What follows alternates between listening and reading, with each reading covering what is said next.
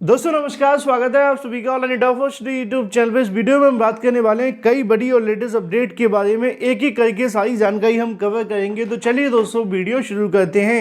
बात कर लेते हैं सबसे पहली अपडेट के बारे में जो कि संबंधित है। आगे बढ़ने से पहले हम बात करने वाले हैं उत्तर प्रदेश बीएड प्रवेश परीक्षा की बेस्ट बुक के बारे में जो कि चक्षु प्रकाशन की है।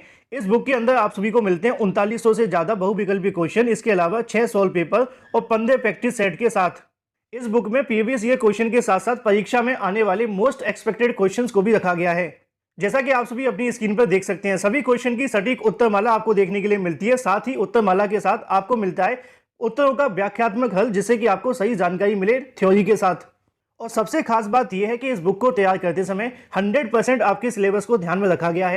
और अगर आप उत्तर प्रदेश बीएड प्रवेश परीक्षा को एक बार में क्वालिफाई करना चाहते हैं अच्छी रैंक के साथ, तो आप सभी बीएड प्रवेश परीक्षा के स्टडी गाइड के साथ साथ यहां से आप इनका प्रैक्टिस सेट भी ले सकते हैं और अपनी तैयारी को और भी मजबूत बना सकते हैं।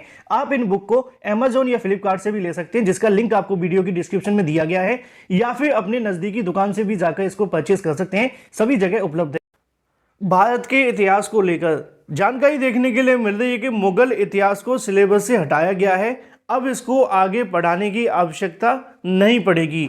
मामला क्या है, डिटेल में समझते हैं। और ये जो आप सभी को बदलाव देखने के लिए मिलेगा वो सभी बोर्ड के अंदर देखने के लिए मिलेगा, चाहे वो अगर बात कीजिए सीबीएसई हो या फिर यूपी बोर्ड हो। असल में जैसा कि आप जानते हैं कि एनसीईआरटी ने इतिहास की किताबों में परिवर्तन किया है। मुगल दरबार और उसके इतिहास को लेकर पढ़ाए जाने के संबंध में जो 12वीं के छात्र हैं वो अब इसको नहीं पढ़ेंगे। यूपी बोर्ड और केंद्रीय माध्यमिक शिक्षा, जिसको सीबीएसई के नाम से जानते हैं, 12वीं के छात्र अब मुगल दरबार के इतिहास को नहीं पढ़ेंगे। राष्ट्रीय शैक्षिक अनुसंधान प्रशिक्षण परिषद मतलब कि एनसीईआरटी के माध्यम से शैक्षिक सत्र 2023 और 24 में इंटरमीडिएट में चलने वाली किताबें भारत के इतिहास विषय सेकंड, इसके अलावा शासक और इतिवृत्त मुगल दरबार, और इसके अलावा अगर बात की 16वीं से लेकर 17वीं शताब्दी को हटा दिया गया है। इसके तहत बच्चों को अकबरनामा, बादशाहनामा, मुगल शासक और उनके साम्राज्यों की पांडुलिपियों की रचनाएं, रंगीन चित्र, आदर्श और भी तमाम चीज़ों को लेकर यहाँ पे जानकारियाँ दी गई हैं, जिनके माध्यम से इन तमाम चीज़ों को पढ़ाया जाता था। इसी प्रकार 11वीं की किताबों के अंदर इस्लाम उदय, इसके अलावा संस्कृतियों के टकराव को लेकर भी यहाँ से कहीं ना कहीं समय जो शुरुआती पाठ है वो हटा दिए गए हैं। तो दो तरीके के जो बदलाव है वो देखने के लिए मिले हैं। 12वीं के अंदर जो मुगल इतिहास है उसके अंदर बदलाव किया गया है, और 11वीं के अंदर इस्लाम के उदय को लेकर भी यहाँ से कहीं ना कहीं जो बदलाव है वो किया गया है। तो दो यहाँ से कहीं ना कहीं पाठ्यक्रम के अंदर बदलाव है, और ये जो बदलाव किए गए वो राष्ट्रीय शिक्षा नीति 2020 के अनुसार यहाँ से अपडेट करते हुए जानकारी दी गई, जिसके बारे में नीचे लिखा हुआ है। चलिए बात कर लेते हैं अपनी अगली अपडेट के बारे में जो कि संबंधित है। अगर बात की जाए पीसीएस रिजल्ट के बारे में, यूपीपीएससी के माध्यम से अगले 10 दिनों के अंदर यहाँ से जो खुशखबरी है वो दे दी जाएगी। उत्तर प्रदेश लोक सेवा आयोग के माध्यम से पीसीएस 2022 को लेकर जो परिणाम की तैयारियां वो कर ली गई हैं, और जानकारी दी जा रही है कि आने वाले 10 दिनों के अंदर इसका जो परिणाम है वो जारी कर दिया जाएगा। जो भी अभ्यर्थी इंतजार करें उन सभी को ढेर सारी शुभकामनाएं। बात कर लेते हैं उत्तर प्रदेश के अंदर स्वास्थ्य कार्यकर्ताओं के 16,000 पद खाली हैं। कैसे हो सकती है सेहत की रखवाली। जैसा कि आप जानते हैं कि उत्तर प्रदेश के अंदर हर विभाग में पदों की संख्या बहुत बड़ी खाली पड़ी हुई है, लेकिन भर्तियों को लेकर सरकार कहीं ना कहीं आनाकानी करती है। स्वास्थ्य विभाग जो कि सबसे ज़्यादा महत्वपूर्ण हिस्सा देखने के लिए मिला था पिछले 2 सालों के अंदर, जब कोरोना संकट देखने के लिए मिला तो उस समय सरकारों के माध्यम से बहुत सारे दावे और वादे भी किए गए थे, लेकिन बावजूद इसके अभी तक सरकारें सीख नहीं ले रही हैं कि स्वास्थ्य विभाग कितना बड़ा कहीं ना कहीं महत्वपूर्ण है। चाहे वो शिक्षा हो, रोजगार हो, स्वास्थ्य हो, इन चीज़ों को समझने की आवश्यकता है और इनमें होने वाली भर्तियों को भी करने की आवश्यकता है। स्वास्थ्य विभाग के अंदर 16,000 से ज़्यादा जो पद है वो खाली पड़े हुए हैं, जिसके बारे में यहाँ पे जो पदों का विवरण है वो भी दिया गया है कि कितने स्वीकृत पद हैं और कितने कार्यरत हैं। इसमें से कुल मिलाकर आप सभी के सामने देखने के लिए मिलेगा 4,000 पद यहाँ पे खाली हैं, तो 12,000 पद ये खाली हैं।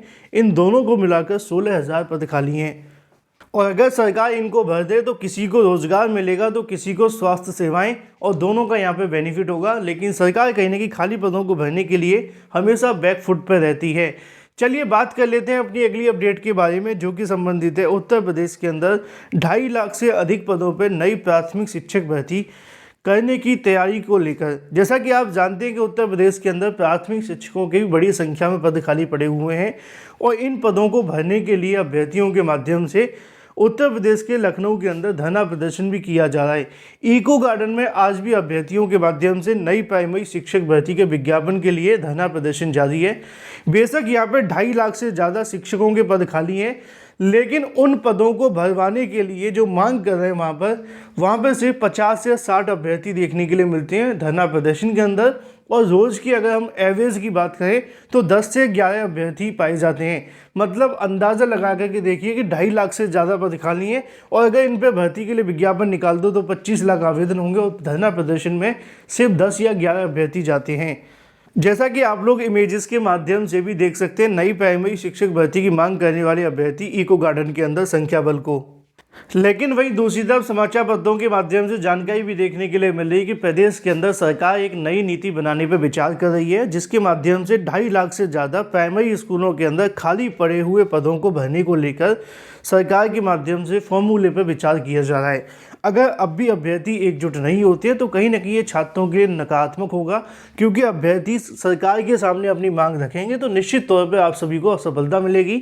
मैंने पहले भी कहा था कि आपके संघर्ष से ही आपकी जीत होने वाली है। अब सरकार कहीं ना कहीं प्राथमिक शिक्षक भर्ती को लेकर पदों की संख्या के बारे में आप सभी के सामने जानकारी भी दे रही है। यहाँ पे आप सभी को देखने के लिए मिलेगा एकेडमिक रिसोर्स पर्सन बेसिक शिक्षा विभाग के अंदर एक पोस्ट होती है, उनके माध्यम से भी इसको लेकर ट्वीट करते हुए जानकारी देगी। जब सरकार ने प्राथमिक शिक्षकों की खाली पद होने की जानकारी हाई कोर्ट के अंदर लगाई तो उन्होंने बताया कि 5,80,084 पद सृजित हैं। नियमित अध्यापकों की संख्या 3,32,000 है, जिसमें शिक्षा मित्र अनुदेशकों को नहीं जोड़ा जाता नियमित के अंदर। कुल अगर बात की जाए तो 2,47,350 पद खाली हैं, और ये आंकड़ा उनका खुद नहीं है, सरकारी आंकड़ा है जो कि हाई कोर्ट के अंदर पेश किया गया है प्राथमिक शिक्षक भर्ती विज्ञापन को लेकर जब सुनवाई देखने के लिए मिली है। तो निश्चित तौर पर कहीं ना कहीं 2.5 लाख से ज़्यादा शिक्षकों के पद खाली हैं। सरकार इसको लेकर नई नीति पर विचार कर रही है। कब तक नीति आएगी, कब तक विज्ञापन आएगा, उसके लिए कहीं ना कहीं अभ्यर्थियों को एकजुट होकर इस विज्ञापन को जल्द से जल्द जारी करवाना पड़ेगा, क्योंकि आप जानते हैं कि प्रदेश के अंदर बड़ी संख्या में शिक्षकों के पद खाली हैं। सरकार भर्ती करेगी भी, लेकिन कभी 69,000 तो कभी छात्रों की निष्क्रियता, इन दोनों के चक्कर में भर्ती का विज्ञापन नहीं आ पाता। अच्छी बात यह है कि यहाँ पे 2.5 लाख पदों को लेकर सरकार विचार कर रही है। जल्द विज्ञापन भी जारी हो तो छात्रों की जो मांग है वो पूरी हो। फिलहाल इस वीडियो के माध्यम से इतना ही। Thank you for watching this video. और एक बात, ज़िंदगी में थोड़ा पॉजिटिव भी आप सभी को सोचना चाहिए। जब सब कुछ नकारात्मक होने लगे तो आप सभी को पॉजिटिविटी की तरफ भी जाना चाहिए। और पॉजिटिव न्यूज़ यही है कि सरकार 2.5 लाख से अधिक पदों पर भरने को लेकर विचार कर रही है। अब आप सभी एकजुट हो जाइए। वीडियो पसंद आया तो वीडियो को लाइक कर दें और शेयर कर दें। चैनल को सब्सक्राइब करके बेल आइकन को दबा लें। मैं आपसे मिलता हूँ अगली वीडियो में। Till then take care, tata bye bye. Thank you for watching this video.